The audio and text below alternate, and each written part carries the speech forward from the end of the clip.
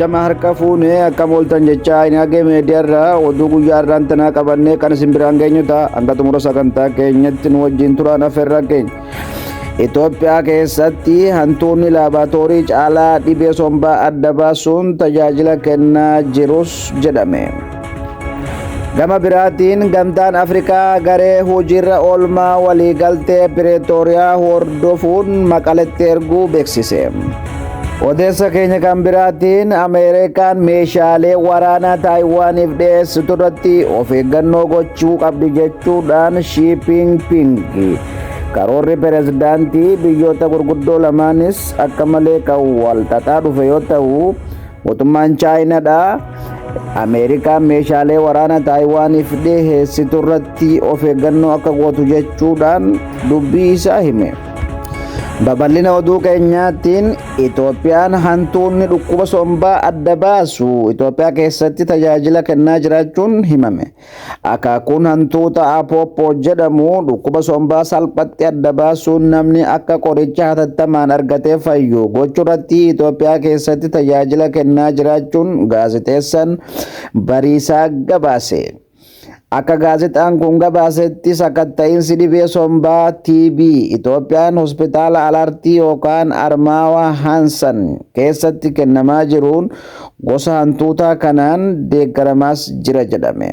Hantuunni kiloogiraama takka tuqaa 5 ulfaatuu fi gati jabeessa ta'e kun dhibee sombaa TB saffisaan daqiiqaa muraasa keessatti adda baasuun dhukkubsataan dafee qoricha akka eegalu taasisaa jiraachuun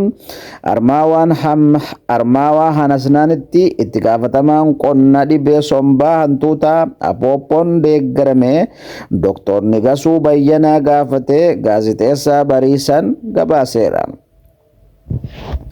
Hantuunni kun samudaa hancufa namaa fuunfachuun garaagarummaa daqiiqaa muraasaa keessatti dhibee sombaa qabaachuu fi qabaachuu dhabuu adda baasa jechuudhaan Dr. Nuguseen wabeeffachuudhaan gabaase. Gaazexaan kun namni tokko dhibee sombaa qabaachuu fi qabaachuu dhabuu maayikirooskooppiin osoo ilaalamee fi firii isaa baruuf hanga sa'a 2 itti fudhatus jechuun gabaase.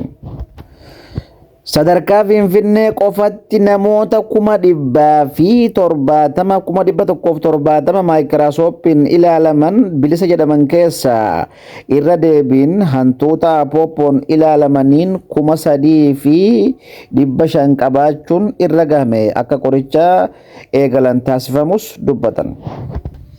Gama biraatiin hojiirra oolmaa waliigaltee Pireetooriyaa hordofuun gamtaan Afrikaa hojjettoota gara Tigraayitti erge. Gamtaan Afrikaa garee hojiirra oolmaa waliigaltee Pireetooriyaa hordofuun Maqaletti bobbaasuu beeksise. Gamtaa Afrikaatti waajirri dhimmoota siyaasaa nagaa fi tasgabbii fuula X gubbatti akka barreessetti hojjettoonni gamtichaa hojiirra oolmaa waliigaltee Pireetooriyaa ta'an boqonnarra erga turanii booda Maqaletti bobba'an. Kun kan dhagahame torbaan darbe humnoota mootummaa fi hidhattoota TPLF gidduutti walitti bu'iinsi muddamni cimaan erga uumame boodas jedhame. Koomishiniin Gamtaa Afrikaa torbee darbee ibsa baaseen haalli Tigraay keessa jiru akka isa yaaddessuu fi qaamoleen lachuu waliigaltee Pireetooriyaa akka kabajanii fi hojiirra oolmaa isaafis tumsa akka godhan waamicha dhiyeessuun dhagayame. Odeessa keenya kan biraatiin Ameerikaan meeshaalee waraanaa Taayiwaaniif dhiyeessitu irratti of eeggannoo gochuu qabdu jechuudhaan Shii Jinping gabaase. Hoogganaan Chaayinaa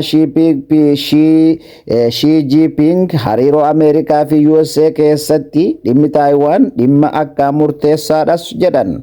Haasaa bilbilaan pirezidaantii Doonaald Tiraamp Shiin Tiraamp Taayiwaaniif yeroo meeshaa waraanaa dhiyeessu of eeggannoo gochuu qabas jechuun miidiyaan biyyaalessaa gabaase.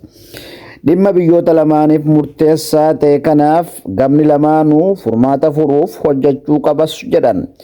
Tiraamp haasaa isaa bilbilaan Shii waliin taasisaniin baay'ee gaarii fi dheeraa jechuun dubbatan.